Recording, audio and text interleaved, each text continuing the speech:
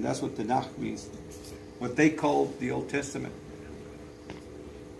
Inside the Old Testament, they mention several books. The book of the Wars of Yahweh is one of the books that are mentioned, along with the book of Jazer, and other books are mentioned.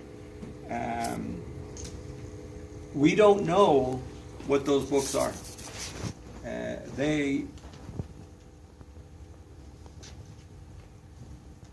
We don't know what these books are that are mentioned there. We don't have them today. And there's a group of books that we know between that and the apostolic writings, what they call the New Testament, was 400 years. In between here, there's a book called the Apocrypha, which are books that were written in between this time. Now, after this, there was other books written that we call pseudepigrapha.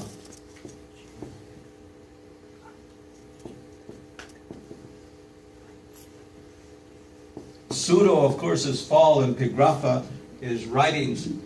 What today people have done, there's several books that are attributed, and you could find the books of Jazer and the books of the wars of the Lord or Yahweh, and you could find the book of Enoch. You could find a lot of books that the Tanakh mentions, that are mentioned in Torah. But what these are not what these are. These books, we don't know what they are, who wrote them. Definitely they were books that were written at the time that we have. There's also another set of books called the Books of the Kings of Israel. We don't know what those were, what happened to them.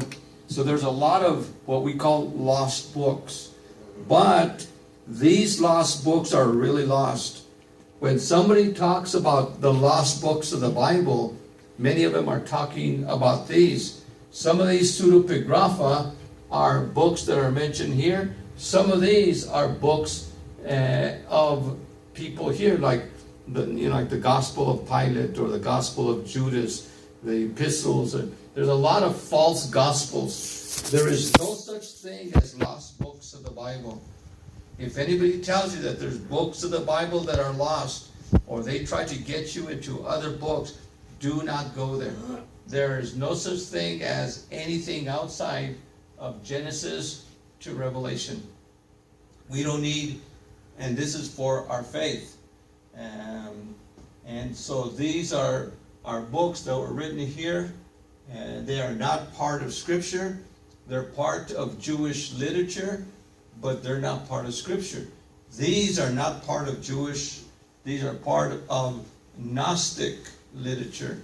And I tell people, there are some Dead Sea Scrolls that have fragments and parts of a book called the Book of Enoch.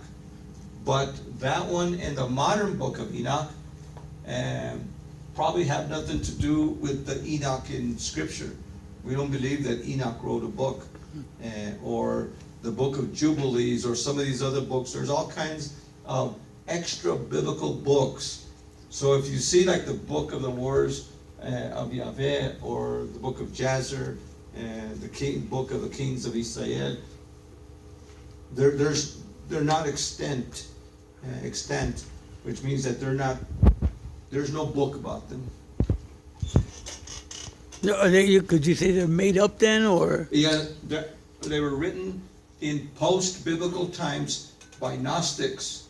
And what the Gnostics wanted to do, the Gnostics' religion was like New Agers. And they had a lot of esoteric, a lot of mystical type of philosophies and things like that. So they wrote books using the names of biblical characters to say, well, they taught me this knowledge. I received this knowledge from these people, or I received this knowledge. So they're not real.